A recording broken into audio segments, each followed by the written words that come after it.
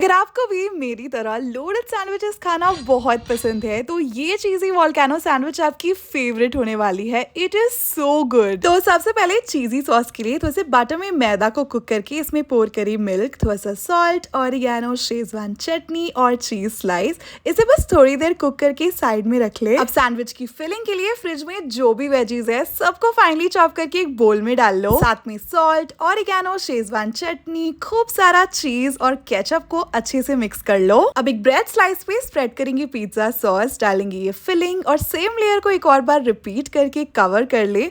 तो इसे बटर के साथ इसे अच्छे से ग्रिल करके कट कर ले। सर्व करें इसे गर्मा गर्म चीजी सॉस एंड चिली फ्लेक्स के साथ एंड एंजॉय।